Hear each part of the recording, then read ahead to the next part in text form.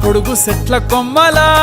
రాలుతున్న పూల సప్పట్లు గట్టి మోపులు కాల్వ గట్టులు చెమట సుక్కల్లో తడిసిన ఈ మట్టి గంధాల